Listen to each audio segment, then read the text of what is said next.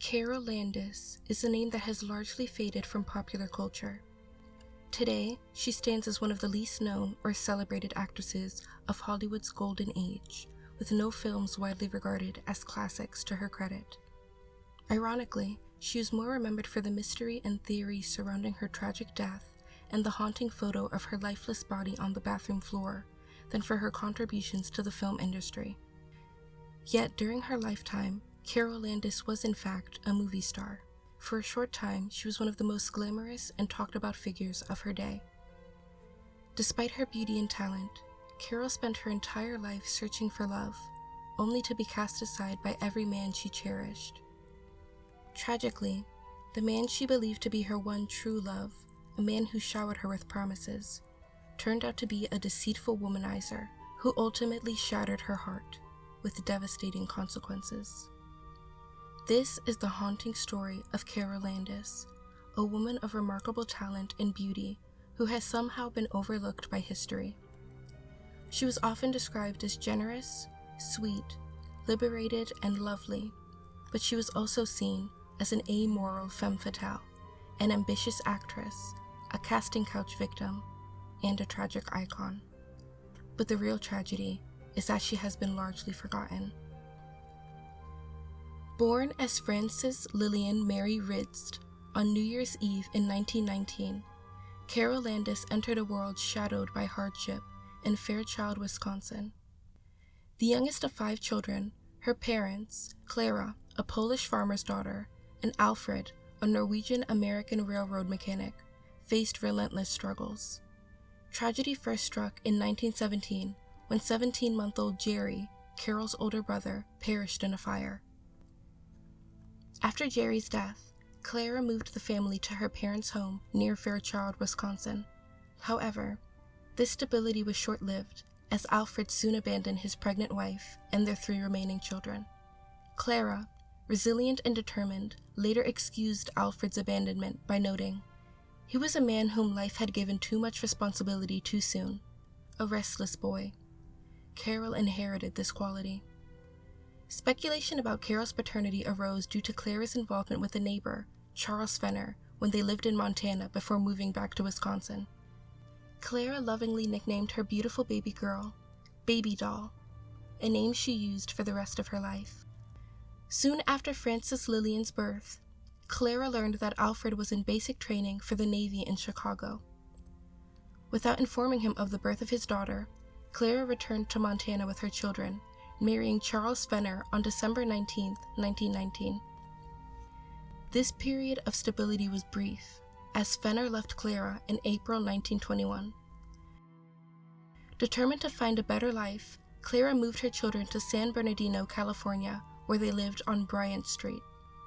Clara supported her family by working various menial jobs while the children largely fended for themselves.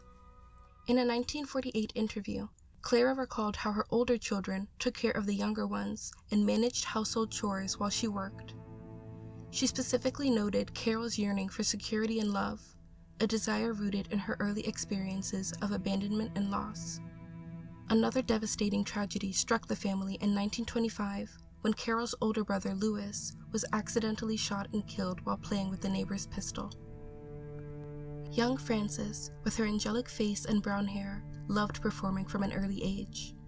In 1926, at just 7 years old, she fearlessly sang at an amateur night at the local Strand Theater, igniting her dream of becoming a movie star.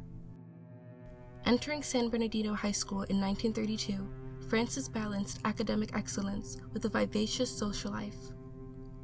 Known as Baby by her friends, she was both a smart student and a tomboy, participating in various sports and even attempting to form a girls' football team. By 14, Frances had already won several local beauty contests, using makeup tricks to appear older. Her natural beauty and charm captivated those around her, but her ambitions extended beyond local fame. Dissatisfied with school and her routine life, Frances sought greater opportunities. Frances's rebellious streak led her to a tumultuous marriage at 15 with Jack Roberts, who called himself Irving Wheeler. Their marriage was annulled shortly after, only to be briefly revived against her mother's wishes. The union was short-lived, and Frances returned to her family, more determined than ever to pursue her dreams. At 15, Frances set her sights on San Francisco, believing it was the stepping stone to Hollywood. With the few dollars she had saved from tips, she boarded a Greyhound bus, leaving behind San Bernardino without informing her mother. In San Francisco, she adopted the stage name Carole Landis, inspired by actress Carole Lombard and baseball commissioner Kennesaw Mountain Landis. She transformed herself into a blonde, believing the name suited a blonde better. Carole's persistence paid off, as she secured jobs as a hula dancer and singer at various clubs. Her talent and beauty quickly garnered attention, and she soon performed with the Carole Ravazza Orchestra. Despite her success in San Francisco, Hollywood's allure remained irresistible. Encouraged by those around her, Carole moved to Los Angeles in late summer 1936, seeking greater fame. In Hollywood, Carole faced initial struggles, landing only small, uncredited roles. However, her experiences in San Francisco and her relentless drive prepared her for the tough journey ahead. Living in a modest apartment on Bronson Avenue, Carole's first year in Hollywood was marked by determination and the unwavering belief that she was destined for stardom. Within months of her arrival, she secured a 6-month option contract by falsifying details on employment forms, listing Chicago as her birthplace, stating her age as 19, and claiming that she was single. Her early success in Hollywood did not come without controversy. Rumors swirled that she had traded sex for roles, a common practice in Hollywood at the time. The notorious casting couch was an open secret, and it was speculated that Carole was one of many actresses who succumbed to this exploitative system. Carole's first few roles were uncredited bit parts in films like A Star is Born, The King and the Chorus Girl, and Broadway Melody of 1938. Around this time, she caught the eye of Busby Berkeley, one of Hollywood's most talented yet troubled directors. Berkeley, who had seen her on the set of The King and the Chorus Girl, was impressed and placed her at the front of the chorus line for the final scene. They formally met in March or April of 1937. Berkeley was known for his extravagant musicals and a turbulent personal life, marked by alcoholism and failed relationships. His stint in the Army during World War I and subsequent transition to directing large camp shows for returning veterans led him to Broadway and eventually Hollywood by 1930. By 1937, he was established at Warner Brothers. His reputation as a womanizer and his serious drinking problem were well known. But his darkest moment came on September 8, 1935, when he caused a fatal car accident while driving under the influence. The car crash killed a 64-year-old woman and her 26-year-old son, leading to Berkeley being charged with second-degree murder. After 3 trials and a final mistrial, Warner Brothers paid the victim's family $95,000. When Carole and Berkeley met, he was casting girls for his musical variety show finale. He had a specific process, choosing a group of old girls he had worked with before, and then calling for 250 to 300 young unknowns, from which he would select a dozen new faces. His infamous casting calls often led to private interviews in his office, where he would humiliate young women by making them lift their skirts over their heads so he could examine their legs, before offering them roles.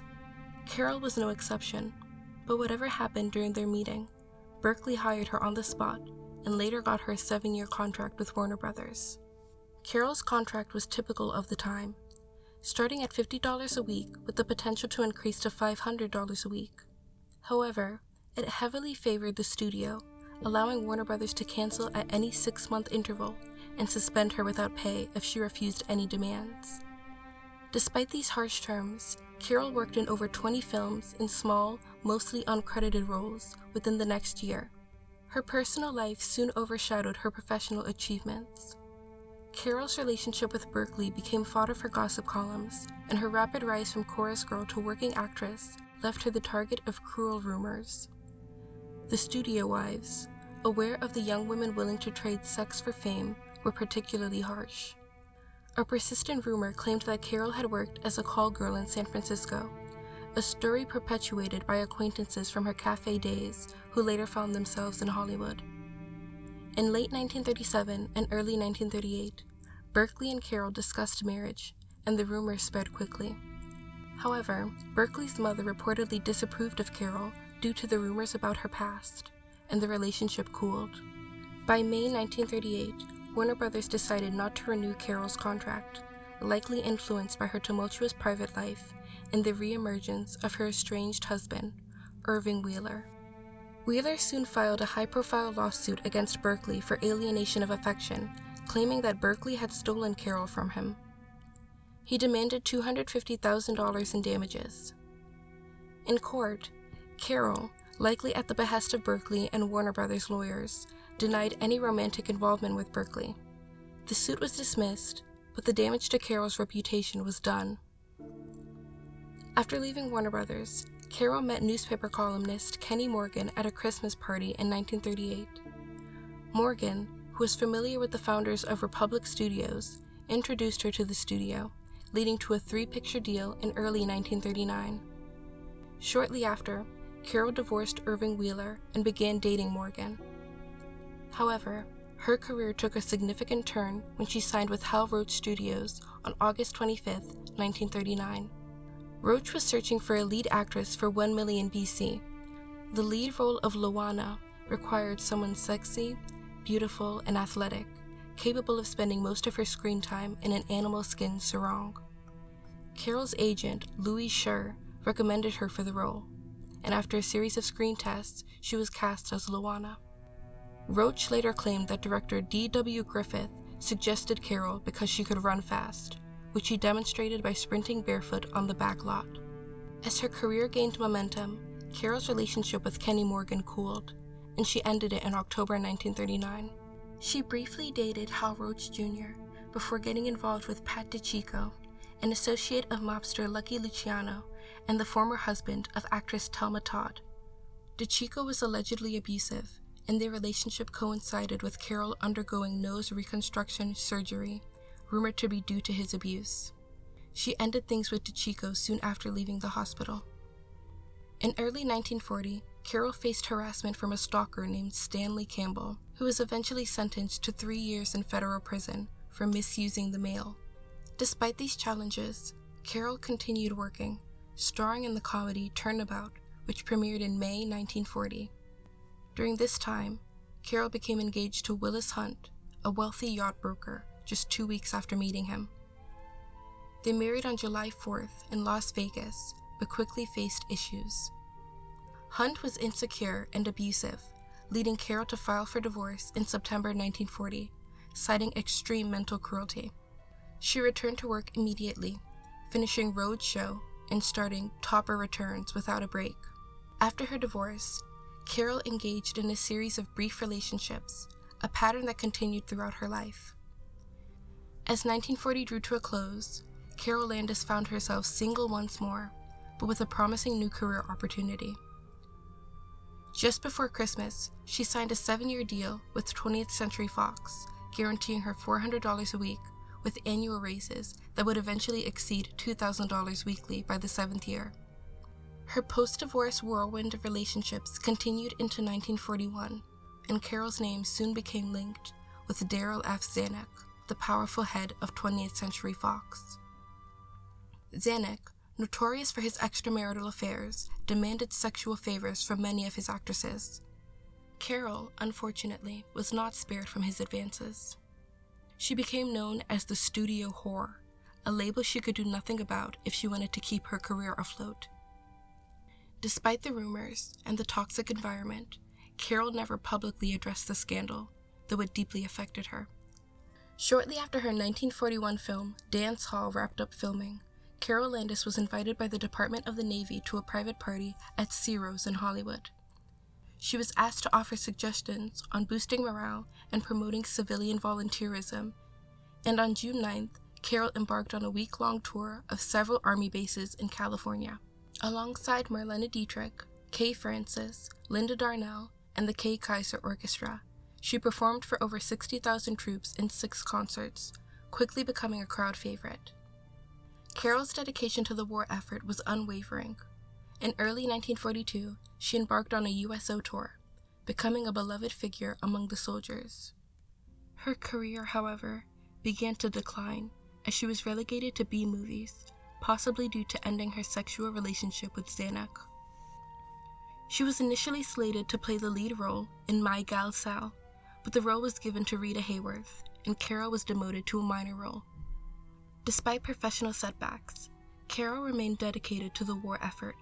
She was a founding member of the Hollywood Victory Committee, volunteered for numerous war bond drives, and earned her pilot's license by October 1941. She attempted to join the British ATS, but withdrew her application to retain her American citizenship. Instead, she became an active civilian air patrol pilot and frequently donated blood. Her pinup photos were among the most popular with the armed forces. Carole's efforts did not go unnoticed. She was recognized as one of the most dedicated actresses in Hollywood and was commissioned as an honorary colonel by the American Legion in March 1942. Later that year, she was approached by the American Theater Wing to visit military bases in Great Britain, and she eagerly accepted. Alongside Kay Francis, Martha Ray, and Mitzi Mayfair, Carole embarked on a Victory Caravan tour, becoming the first all-female troupe to visit overseas military bases. The tour was grueling and dangerous, but Carole and her companions earned the love and respect of thousands of servicemen. They performed in bombed-out buildings, stayed in makeshift accommodations, and endured air raids and enemy fire. Despite these hardships, they remained dedicated to their mission. Carole even fell in love with Captain Tom Wallace, a dashing fighter pilot during the tour. They married in January 1943, but the pressures of her career and the war soon strained their relationship. In 1944, Carole joined Jack Benny's troupe for a USO tour of the South Pacific, covering 70,000 miles and enduring grueling conditions. She made a point of visiting hospital wards to cheer up wounded soldiers, earning their admiration. Her dedication to the troops was unparalleled, and she spent every free moment supporting the war effort. Carole's wartime travels totaled over 125,000 miles, and she entertained and supported troops and civilians across the globe. However, the toll on her health was severe. Carole battled pneumonia, malaria, and amoebic dysentery during her tours. These illnesses left her with lasting health issues, including a severely ulcerated stomach. Despite her personal struggles, Carole continued to volunteer and support the troops. By late 1944, rumors of her impending divorce from Wallace began to circulate. The couple had spent little time together during their marriage, and Wallace grew disillusioned with being married to a movie star. Carole confirmed their separation in October 1944, admitting that their wartime marriage had been a mistake. Despite this personal heartbreak, Carole remained dedicated to her career and volunteer work.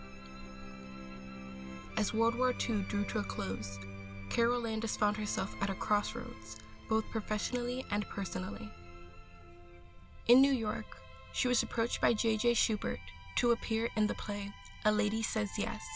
With permission from Daryl Zanuck, Carole began rehearsals on December 15, 1944, and the play premiered on January 10, 1945. Despite Carole's positive reviews, critics savaged the play, leading to its closure in March after just 87 performances. During her time in A Lady Says Yes, Carole continued her unwavering support for the troops.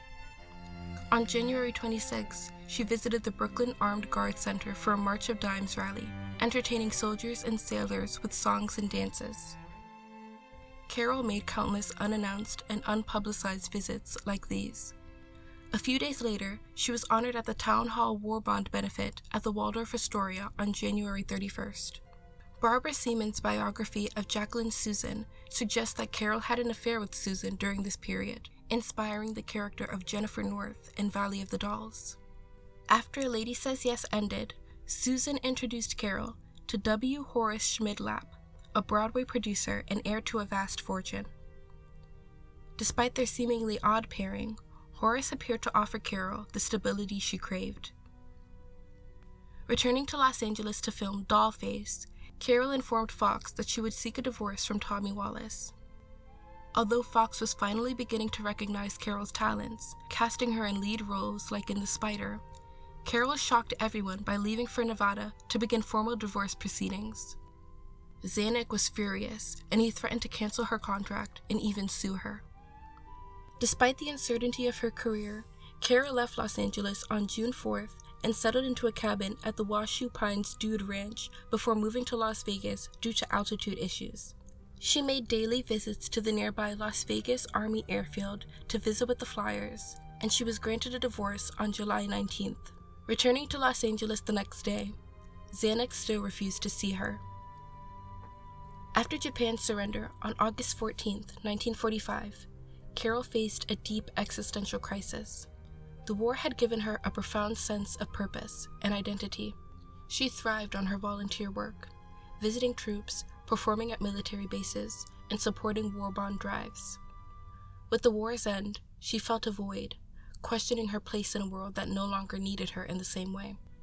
She confided in her friend Jacqueline Susan, expressing her fears that without the war, she had no real role in life, and she worried about her career, feeling pigeonholed into roles that did not showcase her talents. Despite Xanax's initial fury, he began returning her calls and assigned Carole a better role in a fall film.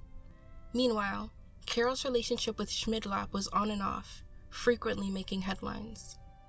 On December 8th, they finally married in New York, but their relationship lacked passion, described by friends as collegial.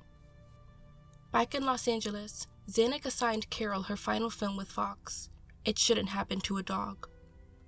The film was critically panned even before its release, described as a far-fetched story that shouldn't happen to an audience. After filming ended in February, Carole left for New York, sensing her time with Fox was nearing its end. She turned her attention to cancer research, participating in fundraisers and volunteer visits, though these became less frequent. Schmidlap seemed indifferent to spending time with Carole, leading to a strange, almost indifferent marriage. Despite mutual respect, there was no romantic love or passion. On October 22nd, Carole was admitted to St. John's Hospital in Santa Monica for what was described as an acute abdominal condition, likely a relapse of the intestinal problem she developed in the Pacific. She was hospitalized for 11 days, sparking rumors of an attempted suicide by sleeping pills. Just before her hospitalization, Carole received the dreaded news that Fox would not renew her contract, officially leaving her out of work. Despite persistent rumors of a flat career, Carole received multiple lucrative offers from various studios. Returning to the West Coast in January 1947, she met with her agent, Arthur Lyon, discovering her career prospects were still viable. However, rumors of a potential divorce from Schmidlap began circulating, though Carole continued to deny them. During the filming of Out of the Blue in early 1947, Carole Landis met actor Rex Harrison, sparking a passionate and ultimately tragic affair. By this time, Harrison had been married twice. He first wed French teacher Colette Thomas in 1934, and they had a son in 1935. While still married to Colette, Harrison began an affair with young German-born actress Lily Palmer, leading to his divorce from Colette in 1943. Harrison married Palmer soon after, but remained chronically unfaithful. Harrison's reputation as a liar and womanizer was well known in Hollywood. Gossip columnists routinely attacked him for his vocal anti-US and anti-Hollywood sentiments. Despite his unpopularity and the nature of her own marriage to Horace Schmidlap, Carole fell deeply in love with Harrison. Unlike his many other conquests, Carole believed their affair was more than just physical. She was convinced Harrison loved her and would leave Palmer to marry her. Carole and Harrison began spending almost every afternoon together, with Horace in New York and Likely Indifferent, and Lily Palmer filming Body and Soul.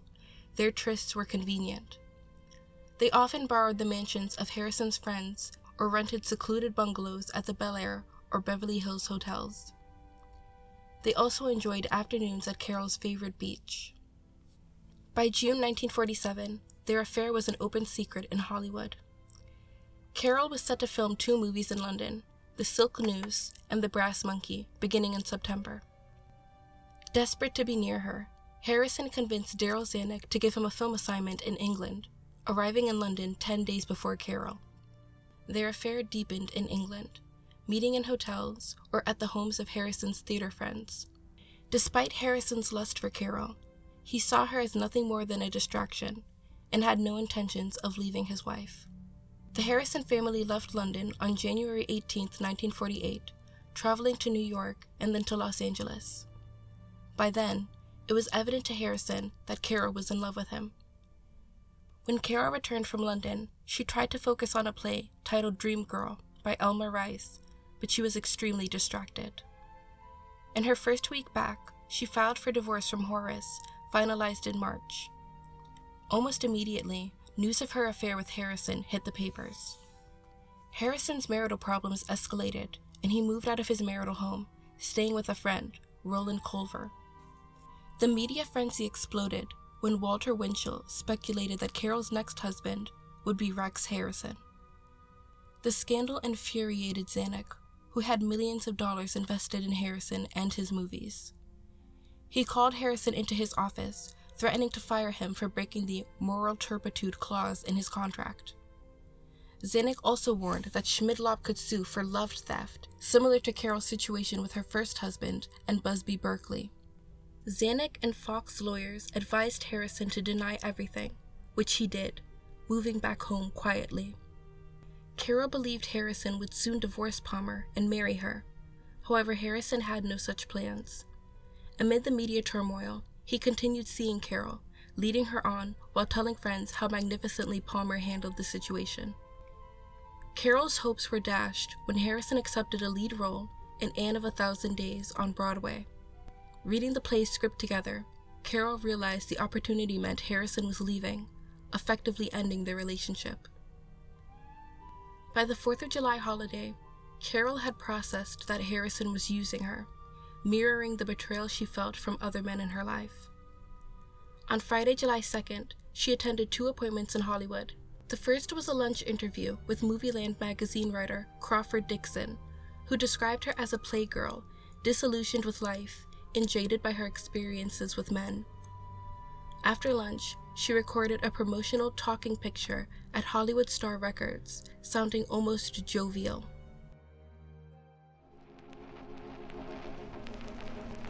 Hello. May I say I'm very pleased to be talking to you right in your home? So much warmer and nicer than merely knowing you by letter, as has been the custom for the past years. I'm certain that you have read all about the lavish, sophisticated parties that are now and then given here in Hollywood. And many people are of the impression that this is the manner in which Hollywood stars always entertain. Well, it isn't true. A great many of us still enjoy the type games we knew in our own hometown before becoming residents of Filmland. When I gather my friends at my home, we invariably play 2 of my favorites. One I call broomstick balance, because retaining one's balance while kneeling on a broomstick is the essential element. Sounds silly? Well, it is, but it's a lot of fun. All you need is the kitchen broom and a cork. Place the broom on the floor horizontally and kneel on it. Then put your right arm on the floor outstretched in front of you, palm down, elbow touching the broomstick, and then stand the cork at the end of your second finger. Then place both hands on the broom, and remember, no fingers touching the floor. Now comes the trick. While keeping both hands on the broom, bend your body forward, pick up the cork with your mouth, and return to the upright kneeling position. Sounds easy? Just try it some evening with a group of friends and see how difficult and funny it can be. Well, the second one is an improvement over the dunk for an apple game prevalent at Halloween parties. In this, 2 people blindfolded and hands tied behind their backs are seated on the floor facing each other. The apple is tied to a stick, broomstick will do again, which is balanced on the back of 2 straight chairs. The apple hangs between the 2 contestants, and the first to get a bite of the apple is the winner. But you don't win for biting the other person, which sometimes happens. And, of course, if you want to be a meanie, move the stick when the contestants are about to get that bite. It makes for a lot of laughs. Oh, dear, time's up. But invite me again soon, and I'll have some more games for you. Goodbye now. The shop owner, George O'Brien, remarked that she was full of fun and cheer, even promising to return for another recording. After the recording session, Carole went shopping near Wilshire Boulevard and Rodeo Drive. Yet beneath this seemingly normal day lay the heavy realization that her affair with Harrison, filled with love and hope on her part, was nothing more than another chapter of betrayal and unfulfilled promises. Carole's last night on Earth unfolded in the scorching heat of a California summer day, Sunday, July 4th, 1948. Instead of celebrating her 8th wedding anniversary with Willis Hunt, Carole hosted a pool party for about a dozen friends, including her lover, Rex Harrison. Guests enjoyed the pool and relaxed, with Carole appearing to be in fine spirits. The party was strictly an afternoon affair, ending by 5 o'clock to allow Carole a private dinner with Harrison. Carole prepared a simple yet elegant meal, a salad, cold chicken plate, and a chilled lemon chiffon pie she had made herself. After the guests left, she changed into a frilly white blouse, a blue and white checked girandole skirt, and gold lame pump sandals. Around her neck, she wore her oversized St. Christopher medal and the tiny cross from her old friend, Mousie Lewis. By the next morning, Carole would be dead. Harrison's account of the night and following morning is filled with inconsistencies. He claimed he was alone for the holiday weekend because his wife, Lily Palmer, was in New York visiting her sister. However, she was actually at their Mandeville house. Harrison said he arranged a meeting with his agent, Leland Hayward, on the holiday afternoon. He also claimed he left Carole's house around 9, drove to his friend Roland Culver's house, and discussed a play until 2 a.m. before going home. He returned to Carole's house the next afternoon after failing to reach her by phone. It's likely that during dinner, Carole confronted Harrison with an ultimatum about their future.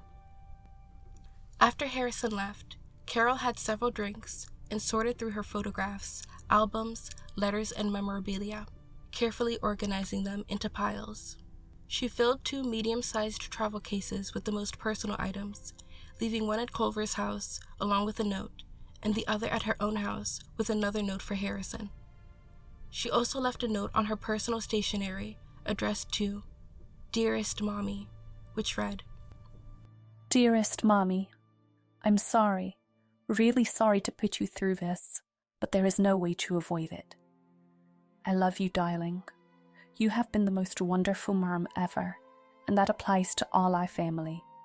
I love each and every one of them dearly. Everything goes to you. Look in the files, and there is a will which decrees everything. Goodbye, my angel. Pray for me. Your baby. She then swallowed between 30 and 50 Seconal tablets, known as Red Devils, a fast-acting barbiturate. She tried to call Dick Hames's mother in New York, leaving a message with the maid. Mrs. Hames, out celebrating the 4th of July, found the message too late. Carole then collapsed on the floor, leaving an indentation on the bed where she had lain briefly. When Fannie Mae Bolden, Carole's maid, arrived the next morning, the house was unusually quiet. Harrison called around 11 a.m., but Bolden informed him that Carole was still asleep. After lunch, Harrison called again, and upon hearing that Carole hadn't woken, he rushed to the house. Together, they found Carole on the bathroom floor. Despite claiming to feel a faint pulse, he inexplicably left the house to call his doctor, returning an hour later.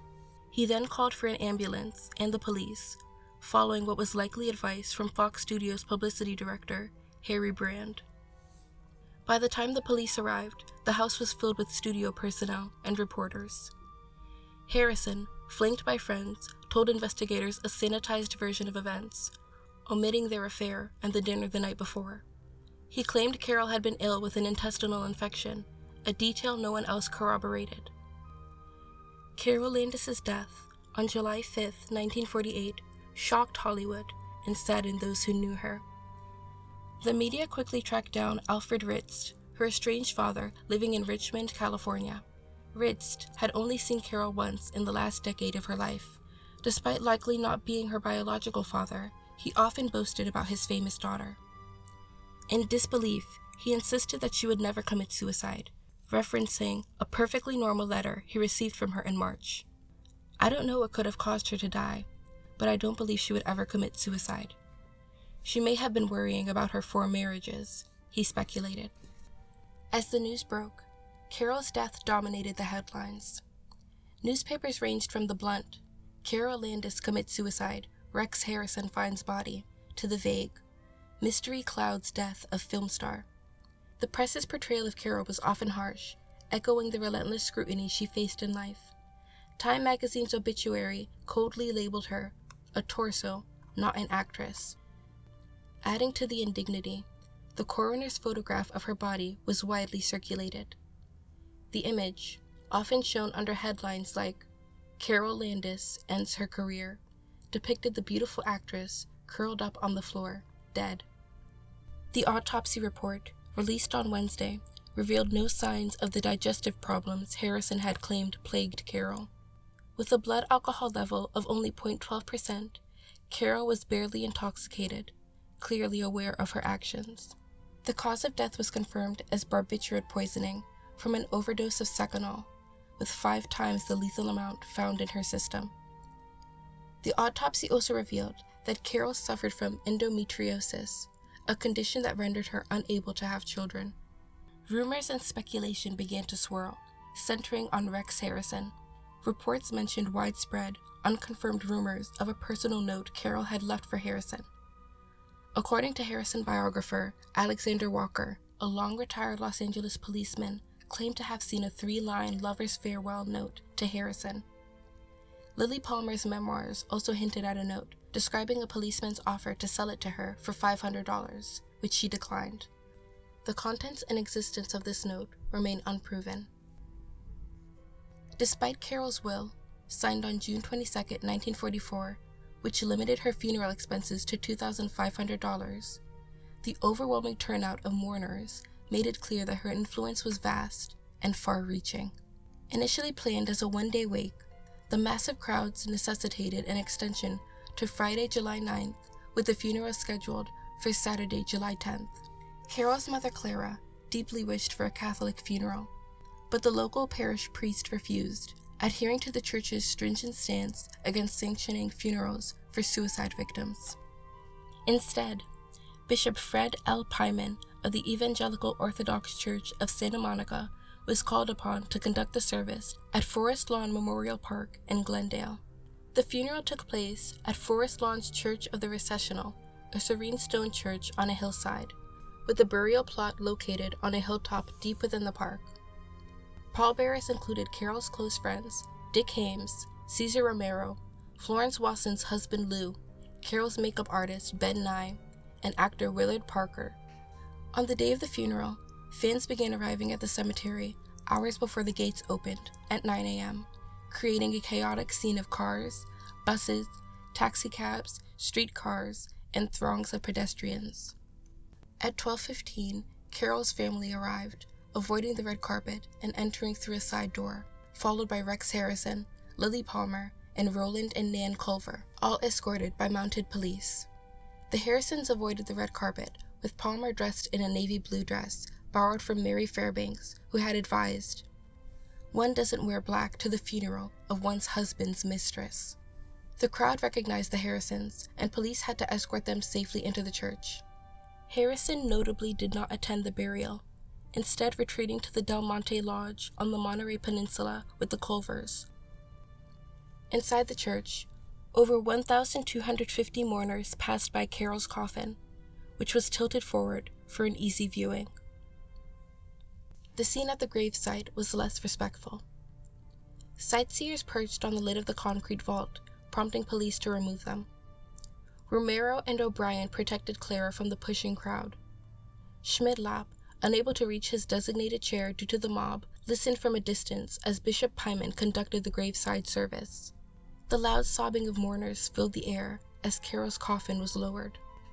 As the family was led to waiting limousines, the crowd surged toward the grave, tearing apart the floral arrangements in a frenzy. Bishop Pyman described the scene as the most revolting thing I've ever seen. Gravediggers and attendants formed a cordon around the casket to prevent further damage. Once the coffin was lowered into the crypt and the remaining dirt shoveled in, the looters had taken every flower, leaving behind only a pile of torn stems heaped on the dirt. Later, a simple marker was placed above Carole's grave, inscribed with Carole Landis, 1919 to 1948. To our beloved Carole, whose love, graciousness, and kindness touched us all, who will always be with us in the beauties of this earth until we meet again. Rex Harrison paid a steep price for his role in Carole Landis' tragic death. Columnists began attacking him the week she died, and the scrutiny continued for years. Dorothy Kilgallen hinted that the police, who never stopped investigating Carole's death, had a clue that could bring the case back to the headlines. She was referring to rumors that Harrison had lied during his dealings with the police and the coroner. As a result, Harrison was effectively blacklisted from U.S. films. His personal life also suffered, and his affairs continued, contributing to his tumultuous relationships. Almost a decade later, Lily Palmer finally divorced him. Harrison's career eventually rebounded when he took on the role of Professor Henry Higgins in the stage production of My Fair Lady, earning a Tony Award. The subsequent film adaptation in 1964 earned him an Oscar, marking his return to Hollywood. However, his personal life remained chaotic. He married 3 more times, including to actress Rachel Roberts, who died tragically in a manner eerily similar to Carole's after Harrison ended their affair. Harrison passed away in 1990 from pancreatic cancer. Carole's mother, Clara, remained in Southern California after her daughter's death, moving to San Bernardino, where she died in 1976 at age 82. Alfred Ritzt, who may not have been Carole's real father, lived in Santa Rosa, California, working for the railroads his entire life until his death in 1973. Measuring Carole's impact on Hollywood is challenging. She appeared in nearly 50 films, though none of them became blockbusters or classics. Still, she earned a star on the Hollywood Walk of Fame, symbolizing her brief but significant presence in the film industry. Carole's life and death are forever linked with the allure and pitfalls of Hollywood. Like Peg Entwistle, who jumped from the H on the Hollywood sign, and other tragic figures like Lupe Velez and Marilyn Monroe, Carole's story is a haunting reminder of the industry's dark side. Carole Landis may be largely forgotten today, but her legacy as a cautionary tale of Hollywood's harsh realities endures.